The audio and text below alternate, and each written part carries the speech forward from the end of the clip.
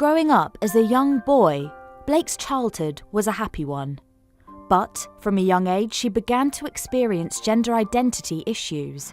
There were a few things that cropped up sort of when I was sort of 7 or 8 that sort of made me think, yeah, something's not quite right here. Sort of along the lines of suggesting to play with sort of my friend's sister's dolls and stuff like that, and being very quickly like, no, you don't do that. When Blake hit puberty, the changes in her body made these feelings stronger. So for me, it was more of a jealousy. It was a want. I would rather have been a girl. And as my teens sort of went on, it sort of, it became more pronounced, that jealousy, that sort of, why does my body have to be like this? After unsuccessful trips to a psychiatrist, Blake decided to put her gender problems to the back of her mind. Instead, she had a daughter with her partner. We had a beautiful girl together, and a very happy family. Just unfortunately, my dysphoria came back. My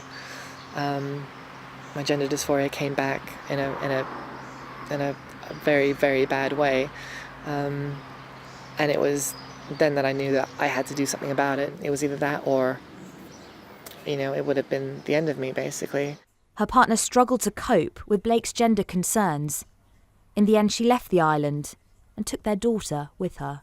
Probably the worst day of my life, I think, next to my mother passing away.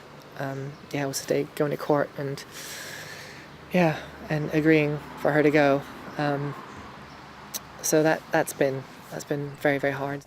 It took 3 years for Blake to get her first appointment with a UK gender therapist, a mandatory step in the transition process. The average waiting time is 18 months.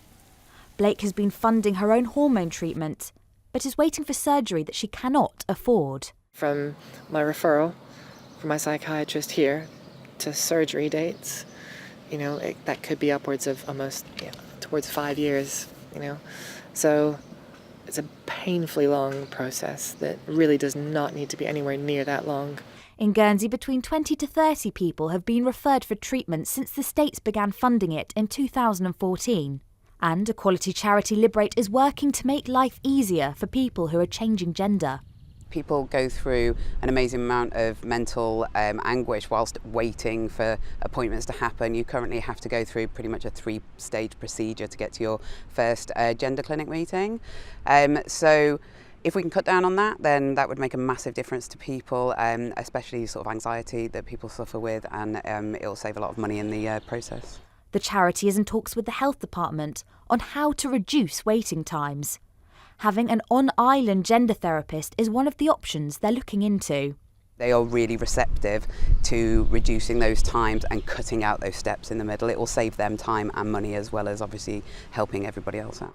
A move that Blake thinks couldn't come a moment too soon. For some people, it is absolutely, life or death. If I didn't have a daughter, and, if I didn't have,